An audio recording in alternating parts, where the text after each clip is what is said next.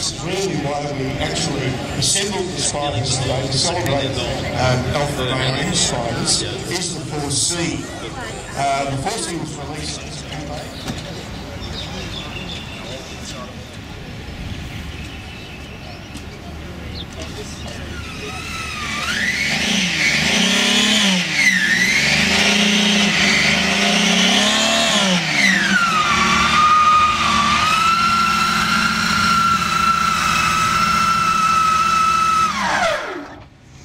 Can I talk now? I can listen now. Oh dear. I'm sorry to see you've... Thanks, Augustin. That's fantastic. May I hear your name, please? Augustin. And this is a 1928. 28. 1500. Is it GS? Hey? GS? Transport? 1500.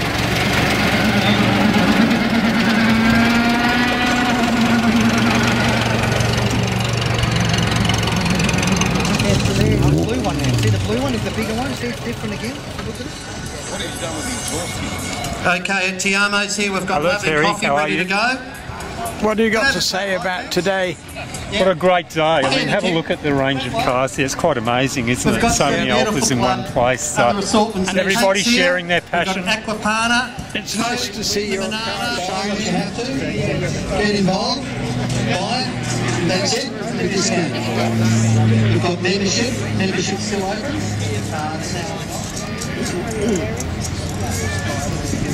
It's actually a 1911 Fit. But we'll call it an honorary Alpha, and I'll put a sticker onto that effect. Your mic's gone.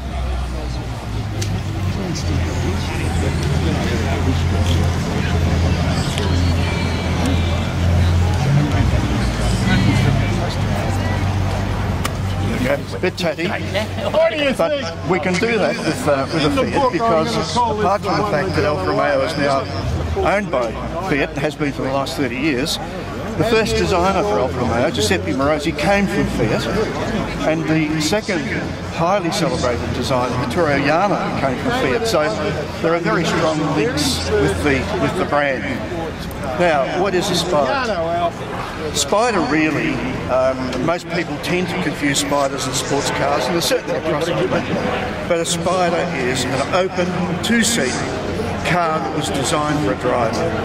And in 1911, which we'll start with the Fiat Come Alpha for the day, the features of it really were that you could drive at relatively high speeds, and it gave great satisfaction to the driver.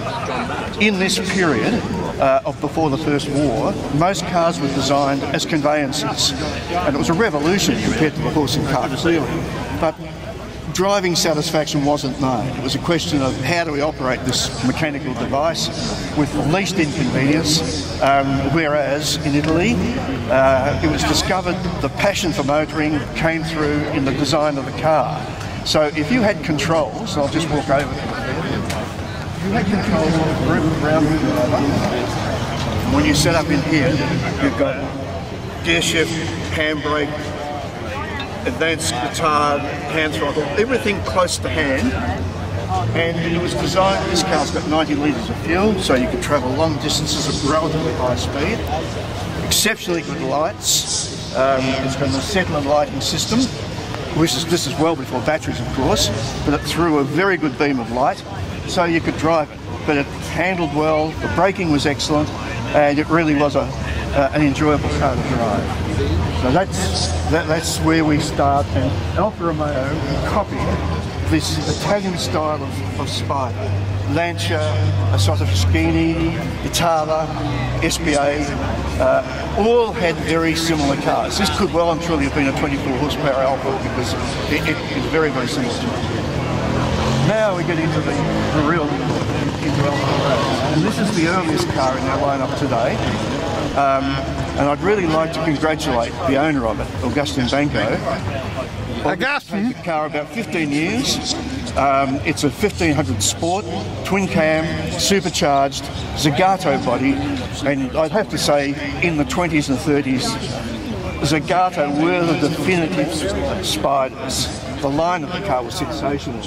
The person beside me, John Lawson, has a beautiful 1929, 70 and 50 Zagato spider and has had many vintage ALFAs. So at this point I'd just like to hand over to John, and John will give us a few words because he was involved with this car, and then we'll ask Augustin to fire the car up, and boy, you've got a treat in store with that.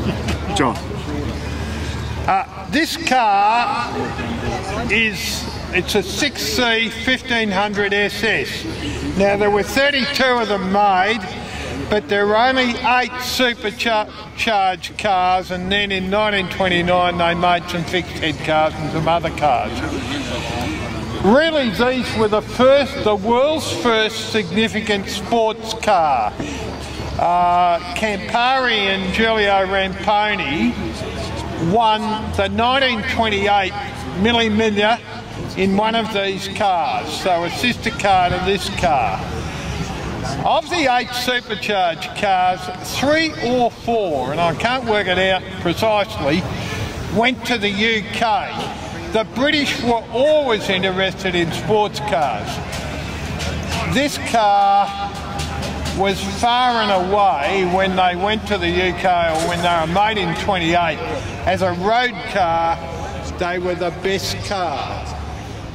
Typical, it was the first Jarno, when he left Fiat and joined ALFA, he designed the P2, which was a 2-litre racing car, but then he designed the 6C 1500, and the 6C 1500 SS was by far the best car, 1500 car at that time.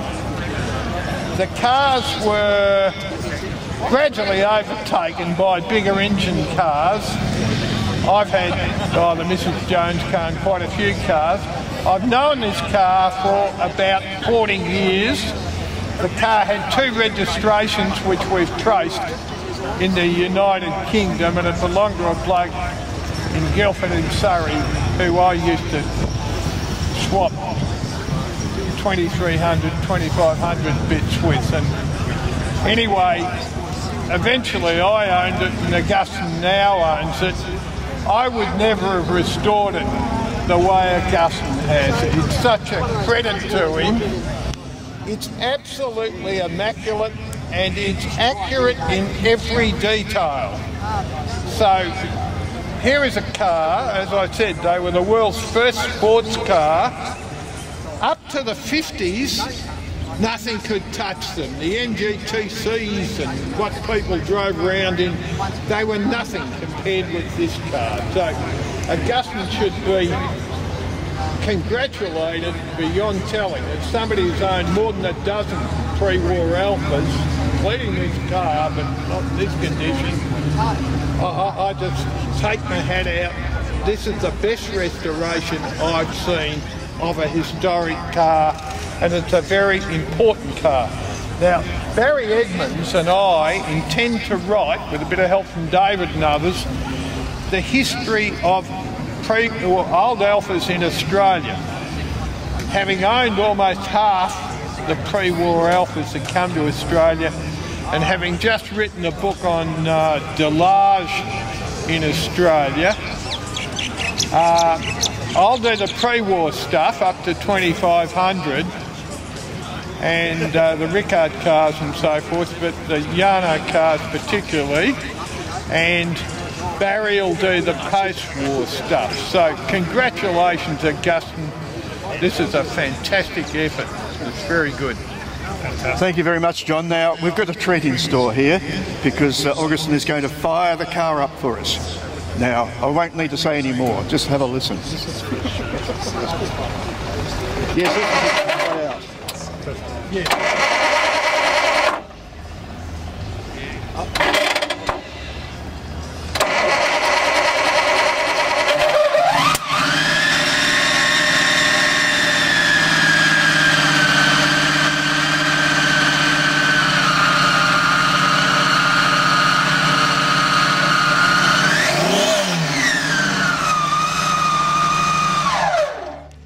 Now, if that doesn't get us going on a Sunday morning, what will? Congratulations, Augustin. That's a brilliant effort. missing 1930s and 40s cars in this lineup today. We tried to have them all here, but we haven't.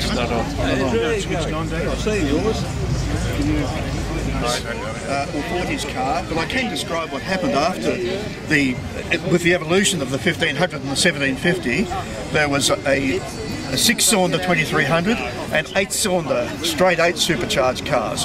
Absolutely superb vehicles. And we do have examples in Australia. John Lawson has a beautiful supercharged 2300 Mille car, for example.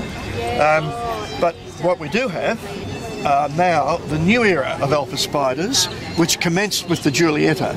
The first one is a 750 series, and then we have the 101, which followed on from it. Now, they were regarded at the time as little jewels. Mid-1950 was when the first 750 Giulietta Spider was produced. We also had a coupe version and finally a 4-door saloon. But where is Barry? Can we talk about Barry? No, Mike. You're a new owner of the Giulietta Spider. Yes. And tell me what really appeals to you most about the Spider. That car I saw as a late teenager when I was living in Europe, and ever since then, 50 odd years ago, I've wanted one, and I finally got to the stage where, after joining the Alpha Club about 5 years ago with the 105 Coupe, one came up, and here we are. I think I picked it up in Brisbane in July. It's a 750 D series. It's a mid 56, 1300 4-speed box. Restored here in Melbourne probably about 30 years ago, and converted to right-hand drive. It went to Brisbane, and it's basically been in, quote, museums, unquote, private collections for about 25 years, and has done about 3,000 miles in that time. So we're recommissioning the car, and it's going very well. Thank you, Barry, and congratulations. It's just delightful to see you as a Giulietta Spider owner. And today, it's a timeless design. I hear such wonderful comments about Giuliettas now. A lot of people probably didn't appreciate them because in Australia in the 1950s, we didn't have an authorised dealer network. The only cars that arrived here in that time were private imports, and we didn't have many of them. So we were late starters with Giuliettas. But boy, we've caught up now because we do have more that have arrived in recent years, and yours is a superb example. Thank you, Barry. Thank you. Now, next door, we have the next version of the Giulietta Spider, which is the 101 series. And good morning. Would you like to have a word about your beautiful car? I think you know that car a lot better than I do.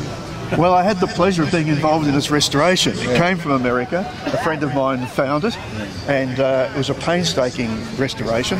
And you can see by the superb condition, it's a credit to you. It looks as good as it's ever looked. And we converted it to right-hand drive. My friend who bought the car managed to find right-hand drive original ZF steering boxes in South Africa. So the conversion was possible to make it absolutely back to factory spec. But now tell me what you love about this car.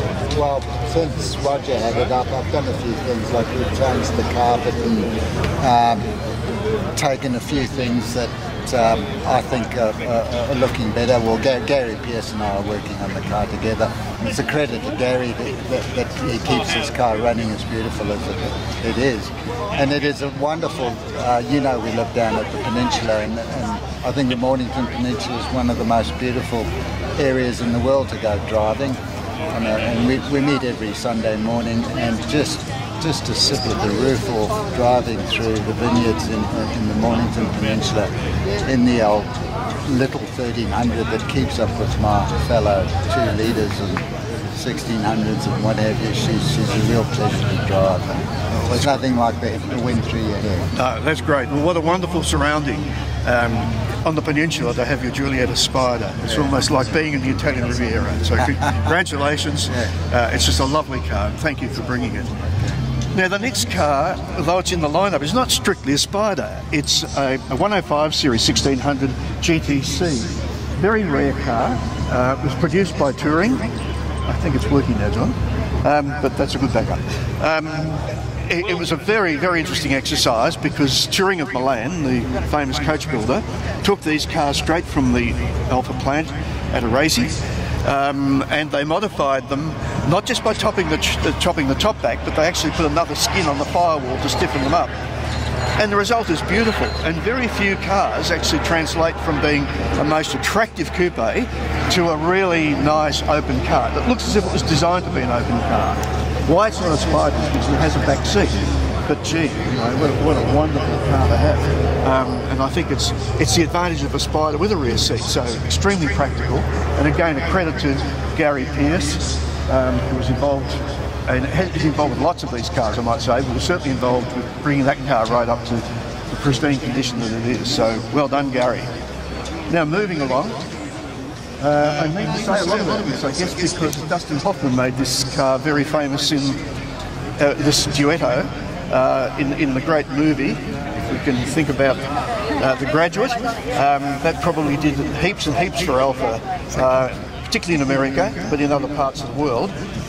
Now we're in the period of where we actually had serious ALFA imports and distribution in Australia. That really started in 1964, about the era of this 1965 GDC. We didn't bring many Duettos in. I can think of probably about 20 in Victoria. This is a South African one. And this is a South African car, I've just been told, which is very interesting. And I can talk a little bit about South Africa in the sense that ALFA had an assembly plant there. They brought cars in kits, CKD kits, and built them up there. And I'm not sure that car was built in Milan or in South Africa. It was built in South Africa. It was built in South Africa. So that's one of the very early examples of South African assembly. They're beautiful little cars. It's the 1600 105 series platform, twin cam, 1.6, 5-speed gearbox, all disc brakes, one piece for an open car, absolutely remarkably tight, and a very clever hood design. You can actually pull the hood off the back with one hand. Not like the Julietta, I'm afraid. But she's a pleasure to drive. Yes, fabulous car to have, and the promotional value that it had out of the film, Dustin Hoffman, in my opinion, was very well deserved. Now that was the beginning of a series of 105 series Spiders that went until Australia 1976, but they kept running until the mid-80s, later actually, 89-90 was the 4th series in Europe, and some that went to America. So moving quickly along, the next car we have is a 2-litre version of the Spider, and this one is an American version with the rubber bumpers, and they were designed to meet the American design rules at the time. But 2 litres, squared off tail, still Pininfarina, where I should have said the GTC is Bertone. So we went Pininfarina from the Giulietta, the GTC is Bertone, back to Pininfarina for the Duetto, and then these cars right up to this beautiful last Series 4 Spider on a 105 series platform, all 2 litres. Now they did evolve. They became a little bit quieter, a little bit more comfortable, more creature comforts, but the true character of an ALFA Spider, which I described starting with the 1911 car, of being a driver's car, responsive to the steering, having all the controls at your fingertips, really giving driver enjoyment, that was remained as a pure component of, again, Pininfarina. Very avant-garde, can I say, with that distinct wedge. I don't think anybody copied this style. It was quite uniquely Pininfarina and ALFA's. And you can see the lineup of cars as this series evolved. Although it's front drive, again, those wonderful handling characteristics were retained. Beautifully sweet engine. There were 2 versions, 4-cylinder and the Busso V6. And do we have an owner of one of these cars here I can have a quick word to? He's coming to. Ian! Sorry to interrupt your photography. Can you tell me a couple of things about why you like your Spider? Oh, it's just brilliant. It's just brilliant. Just brilliant. I think it's very well balanced. It's actually got the twin spark engine in it, and they really thought it through. Some of the ones with the V6 engine are a little bit nose heavy, so these tend to handle a little bit better, and they're very responsive. Testing. Sorry, we're on the blink. There we go. You want me to start again? Well, yeah, wherever you'd like to. Well, this is a twin spark. Yeah. No, it's not working still. Sorry, you're going to speak right into. This is a twin spark, and it's quite quite powerful and it goes very well, and it's fun to drive. And as some of the earlier, later ones had the bigger slightly bigger engine, but these are fairly balanced, very well balanced, and it's just a ball to drive. It's fantastic, a real blast. Well, thank you. They're good comments. And I take your point about the balance, because one thing that ALFA's done very well over the years is get a good balance of power and cornering, grip and feel. You're right, the V6 is a bit heavier in the front, and it has obviously got more power. But there's something nice about a car where everything comes together and there is that lovely balance between power and cornering and drivability. Thank you for that. It's lovely to see your car. Now, moving along, I think this is the V6 version. Is the owner here? Yep. Oh, good. Sorry. Good morning. Please tell us about your lovely Spider. It's a 3-litre V6. And I've had it for about 3 years, and it's just a delight to drive. You know, lovely, smooth, right through the gear range. Six gears, and terrific, great vision. You know, drive it every now and again. Oh, that's great. What I should mention about the V6 is this was the true ALFA Busso V6, as we call it, designed by engineer Busso. It started life in all things a four-door saloon called an ALFA 6, found its way into the GT-V6, then it went into the 75. So it's an engine that had an extraordinarily long life, and it was in 2-litre, 2.5, 3-litre version, and the very ultimate one became 3.2 litres, which was fitted to GT, for example, was the coupe. Yeah. But a beautiful sounding engine, and I think that's one of the great delights. Just listening to that engine working is something else. So I think you've got a lovely car, and you obviously do look after it well. Yeah, I do. Thanks, Dave. Thank you. Thanks. Sorry, we were all the technology changes, all the design changes, but retain the essence, the true ingredients of an ALFA, of a Spider in their cars. And I think you can only be described as passion from the engineers and designers who really do understand what a Spider is and what a sports car is, to be able to do that, because very, very few can. Do I have somebody from Garden who'd like to talk about the 4C Spider? Anybody? No, I'd like to thank you for the support of the advisors and to come in general. And thank you very much for being so long for us. The ultimate that's I'm sorry to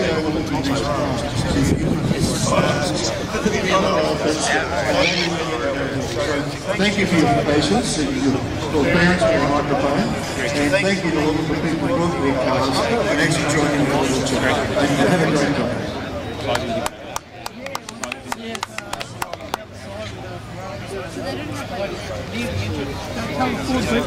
Yes, it's not exactly.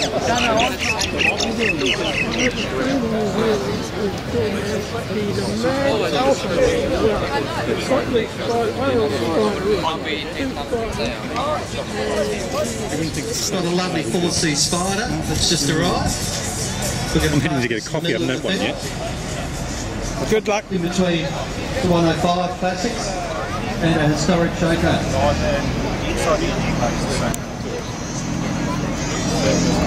Yeah, 1600. The boot also.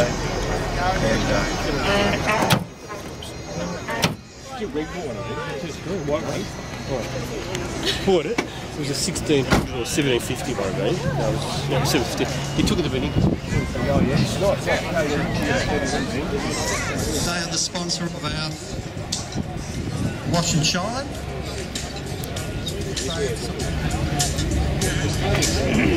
Same number plates as mine, Terry.